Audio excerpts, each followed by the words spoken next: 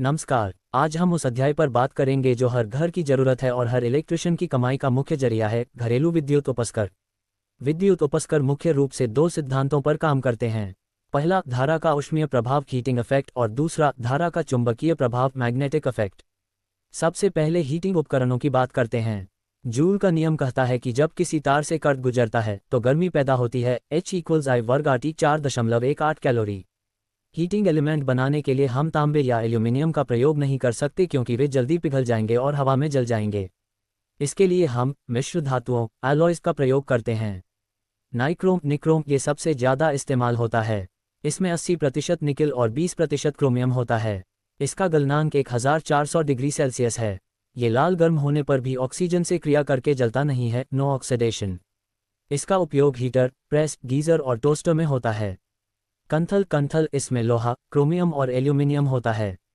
यह 1200 degree Celsius तक काम करता है। ये नाइक्रोम से सस्ता होता है लेकिन थोड़ा कठोर होता है।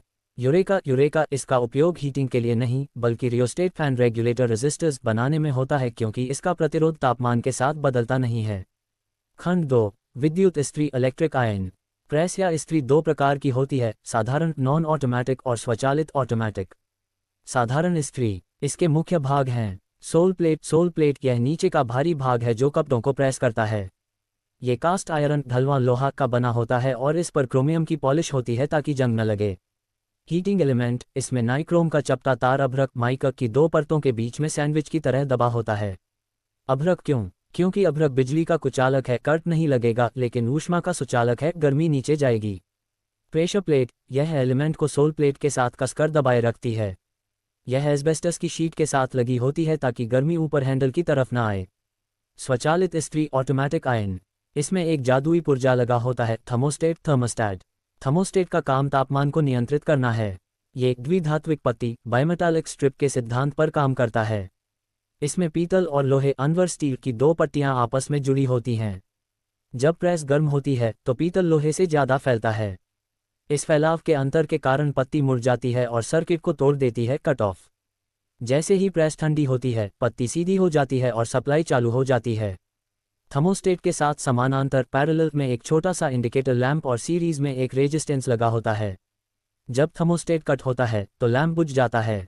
रिपेयरिंग टिप्स, अगर प्रेस कट मार रही है तो इसका मतलब हीटिंग एलिमेंट का अभ्रक टूट गया है और तार बॉडी से टच हो रहा है। इसे तुरंत बदलना होगा। अगर प्रेस गर्म नहीं हो रही तो सीरीज लैंप से चेक करें। अगर बल्ब नहीं जला तो एलिमेंट ओपन टूटा है। खंड 3, विद्युत geyser electric geyser water heater. Geyser पानी गर्म करने का उपकरण है जो स्टोरेज टाइप होता है। इसकी संरचना बहुत महत्वपूर्ण है। टैंक, इसमें दो टैंक होते हैं। अंदर का टैंक तांबे या स्टेनलेस स्टील SS का होता है ताकि जंग न लगे। बाहर का टैंक साधारण लोहे का होता है। इन दोनों के बीच में ग्लास वूल भरा होता है। यह ऊष्मारोधी है, यानी अंदर की गर्मी को बाहर नहीं आने देता, जिससे पानी देर तक गर्म रहता है। हीटिंग एलिमेंट, यह इमर्शन रॉड जैसा होता है जो पानी में डूबा रहता है। ये ट्यूबलर टाइप होता है, तांबे की नली में नाइक्रोम का तार और मैग्नीशियम ऑक्साइड का पाउडर। थर्मोस्टेट, यह पानी के तापमान को 32 डिग्री सेल्सियस से 88 डिग्री सेल्सियस के बीच सेट करता है। रॉड वाला थर्मोस्टेट पानी के संपर्क में रहता है। सुरक्षा युक्तियाँ, सेफ्टी डिवाइसेस बहुत महत्वपूर्ण। गीजर एक प्रेशर बम की तरह है, इसलिए इसमें सुरक्षा सबसे जरूरी है। Auto cut off, thermostat supply काटता है। थर्मल कट आउट, ये गीजर का बॉडीगार्ड है। अगर थर्मोस्टेट खराब हो जाए और पानी उबलने लगे 90 डिग्री सेल्सियस से ऊपर तो थर्मल कट आउट पिघलकर मेन सप्लाई को हमेशा के लिए बंद कर देगा।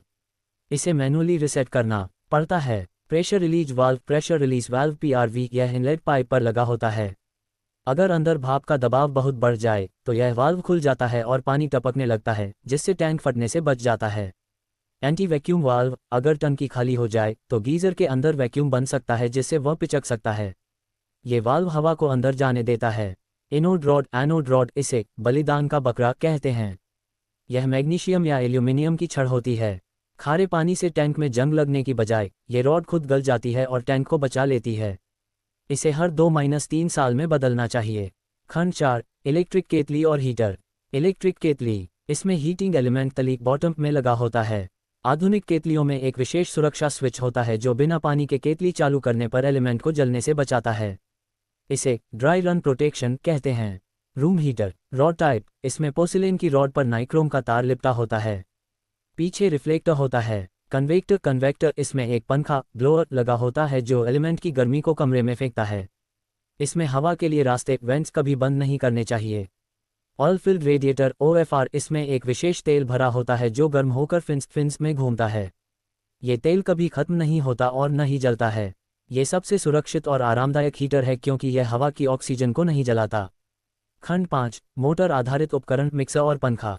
मिक्सर ग्राइंडर मिक्सर में यूनिवर्सल मोटर का प्रयोग होता है। क्योंकि यूनिवर्सल मोटर AC और DC दोनों पर चल सकती है। इसका स्टार्टिंग टॉर्क बहुत हाई होता है और यह बहुत तेज गति 12,000 से 18,000 RPM पर घूम सकती है। गति नियंत्रण स्पीड कंट्रोल, इसमें मोटर की फील्ड वाइंडिंग में से कई तार टैप्स निकाले जाते हैं। रोटरी स्विच के जरिए हम वाइंडिंग के कम या ज़्यादा हिस्से को सर्किट में लाते हैं जिससे स्पीड बदलती है। सुरक्षा, मिक्सर के नीचे एक लाल रंग का बटन होता है, ओवरलोड प्रोटेक्टर OLP। अगर आप जार में ज़्यादा सामान भर दें या मोटर जाम हो जाए तो ये सर्किट ब्रेकर ट्रिप हो जाता है। इसे दबाकर ही मिक्सर दोबारा चलता है। सीलिंग फैन, इसमें परमानेंट कैपेसिटर मोटर का प्रयोग होता है। इसमें 2 वाइंडिंग होती हैं, स्टार्टिंग और रनिंग। दोनों 90 डिग्री के अंतर पर रखी जाती हैं। कैपेसिटर 2.5 माइक्रोफैराड हमेशा स्टार्टिंग वाइंडिंग के सीरीज में लगता है। फॉल्ट फाइंडिंग, अगर पंखा धीरे चल रहा है, कैपेसिटर कमजोर है, बदल दें। अगर पंखा उल्टा चल रहा है, स्टार्टिंग या रनिंग वाइंडिंग के सिरे आपस में बदल गए हैं। अगर पंखा हमिंग की आवाज़ कर रहा है लेकिन घूम नहीं रहा, या तो कैपेसिटर खराब है या बुश बियरिंग जाम है। खंड 6 वॉशिंग मशीन 2 तरह की होती है, अर्ध स्वचालित सेमी ऑटोमेटिक और पूर्ण स्वचालित फुली ऑटोमेटिक। सेमी ऑटोमेटिक, इसमें 2 टब और 2 मोटर होती हैं। वॉश मोटर ये कपड़े धोने का काम करती है। ये कुछ सेकंड सीधी और कुछ सेकंड उल्टी घूमती है। यह इंडक्शन मोटर होती है। स्पिन मोटर ये ड्रायर को घुमाती है। इसकी गति बहुत तेज 1400 RPM तक होती है। गियर बॉक्स, वॉश मोटर की तेज गति को धीमा करके टॉर्क ताकत बढ़ाने के लिए मोटर और पल्सेटर के बीच गियर बॉक्स लगा होता है। टाइमर, इसमें 2 टाइमर होते हैं, वॉश टाइमर और स्पिन टाइमर। वॉश टाइमर में एक स्प्रिंग मैकेनिज्म होता है जो मोटर की दिशा बदलता है। खंड 7 रेफ्रिजरेटर फ्रिज ठंडा नहीं करता बल्कि अंदर की गर्मी को निकालकर बाहर फेंकता है। ये वेपर कंप्रेशन साइकिल पर काम करता है। इसके 4 मुख्य भाग हैं। कंप्रेसर ये फ्रिज का दिल है। ये गैस रेफ्रिजरेंट को दबाता है जिससे उसका तापमान और दबाव बढ़ जाता है। आजकल R134 या R600 गैस इको फ्रेंडली इस्तेमाल होती है। कंडेंसर फ्रिज के पीछे जो काली जाली होती है वह कंडेंसर है। यहाँ गर्म गैस घूमती है और अपनी गर्मी वातावरण में छोड़ देती है जिससे गैस द्रव लिक्विड बन जाती है। एक्सपेंशन वाल्व कैपिलरी ट्यूब, ये बहुत पतली तांबे की नली होती है। जब हाई प्रेशर द्रव इसमें से गुजरता है तो उसका प्रेशर अचानक गिर जाता है और वह ठंडा होकर फुहार बनता है। एवापोरेटर फ्रीजर, ये फ्रीजर बॉक्स है। यहाँ ठंडी गैस अंदर के खाने की गर्मी सोख लेती है और वापस गैस बन जाती है। फिर यह गैस वापस कंप्रेसर में चली जाती है। इलेक्ट्रिकल सर्किट, रिले ये कंप्रेसर की स्टार्टिंग वाइंडिंग को केवल कुछ सेकंड के लिए सप्लाई देती है। जैसे ही मोटर स्टार्ट होती है, रिले स्टार्टिंग वाइंडिंग को हटा देती है। OLP ये कंप्रेसर के ऊपर लगा होता है। अगर वोल्टेज कम हो या कंप्रेसर ज़्यादा गर्म हो जाए तो ये कट कर देता है। डोर स्विच, ये दरवाज़ा खुलने पर अंदर की लाइट जलाता है। खंड 8 माइक्रोवेव ओवन और इंडक्शन कुकर। माइक्रोवेव ओवन, ये खाने को बाहर से नहीं बल्कि अंदर से गर्म करता है। इसका मुख्य पुर्जा है मैग्नेट्रॉन। यह एक वैक्यूम ट्यूब है जो 2.45 गीगाहर्ट्ज़ की फ्रीक्वेंसी वाली माइक्रोवेव तरंगे पैदा करता है। ये तरंगे खाने में मौजूद पानी के अणुओं वाटर मॉलिक्यूल्स को बहुत तेजी से कंपन वाइब्रेट कराती हैं। घर्षण से गर्मी पैदा होती है और खाना पक जाता है। ध्यान दें, माइक्रोवेव में कभी भी धातु मेटल के बर्तन नहीं रखने चाहिए वरना स्पार्किंग होगी और मैग्नेट्रॉन खराब हो जाएगा।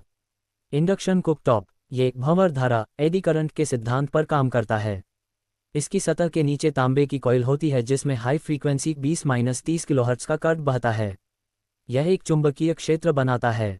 जब हम इसके ऊपर लोहे या स्टील फेरोमैग्नेटिक का बर्तन रखते हैं तो बर्तन की तली में भंवर धाराएं पैदा होती हैं। बर्तन का अपना प्रतिरोध रेजिस्टेंस इन धाराओं का विरोध करता है जिससे बर्तन गर्म हो जाता है।